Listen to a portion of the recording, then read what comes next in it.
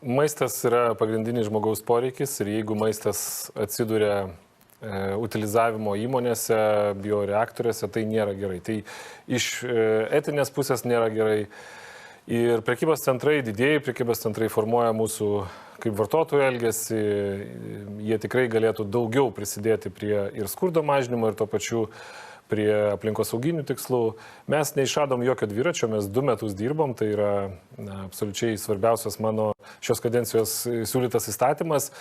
Ir labai daug ir ministerijų prisidėjo, ir dirbom kartu, ir radom tokį, sakyčiau, kompromisinį sprendimą, ir prekybininkai taip pat dalyvavo tame. Mes rėmėmės kitų šalių praktiką, taip, yra tokia praktika ir Prancūzijoje, ir Lenkijoje, ir Ispanijoje.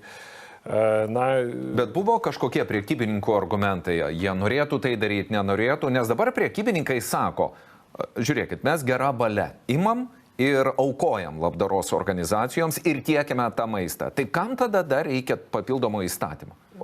Aš esu įsitikinęs, kad vien geros valios nepakanka, labai padeda skaičiai. Ir jeigu skaičiai, jeigu mes matysime, o šis įstatymas įpareigoja deklaruoti skaičius, kaip mažėja išmetamo maisto kiekiai, kaip didėja labdaros kiekiai, galbūt atsiras tose planuose, kurios įpareigos įstatymas parengti kiekvieną didelį prekybininką, galbūt bus daugiau akcijų, daugiau išpardavimo to maisto, nebūtinai labdara, tai gali būti ir mažesnės kainos. Jeigu mes nors truputį, nors 1% prisidėtume su šito įstatymu prie kainų mažinimo, tai valio, viskas tvarkoja. Svarbiausia, kad maistas nekeliautų į bioreaktorius, o keliautų žmonėms.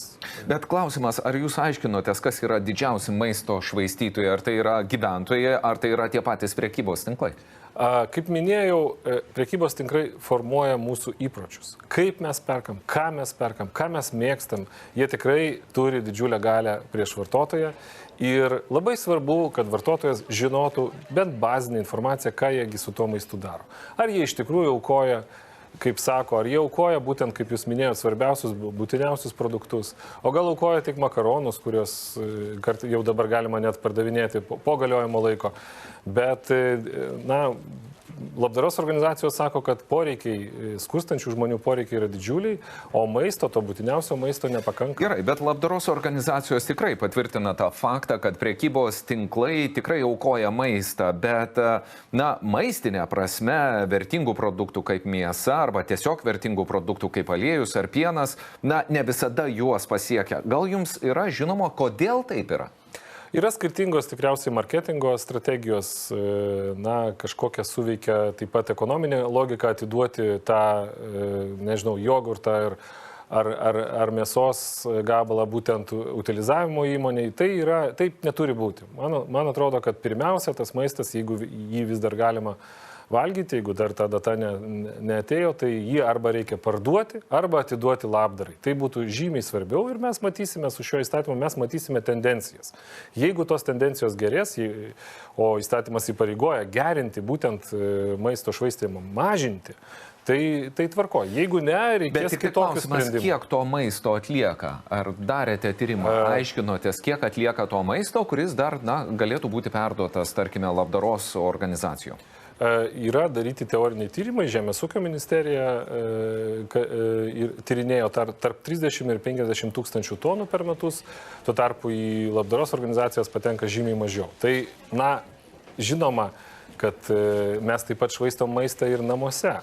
Tačiau pradėkim nuo tų, kas iš tiesų formuoja mūsų įpročius, mūsų Gerai, bet jeigu jūs kalbate apie prekybininkus, bet prekybininkai tikriausiai irgi bando skaičiuoti, kas kaip labiau apsimoka, juk yra ir logistika, ir kažkur reikia laikyti tą maistą. Tai jeigu prekybininkai turi tam tikrų lengvatų, tarkime, priduodami utilizuoti maistą, tai galbūt tada vertėjo ir su šiuo įstatymu pagalvoti apie kažkokią sąlyginę lengvatą, kurią galėtų gauti prekybininkas ir tai jam būtų kur kas didesnė paskata negu tik pirštų pagrumojimas. Čia nėra piršto pagrumojimas, čia yra labai konkretus įsipareigojimai, labai konkretus planai. Žinoma, apie tai, ką jūs kalbat, jeigu mes dar papildomas mokestinės priemonės pritaikytume, bet aš nematau galimybių šioje dienoje to padaryti, nes tikrai tos politinės valios dabar neatsirastų, bet mes žiūrėsim. Jeigu situacija gerės, galbūt nereikės nieko čia keisti.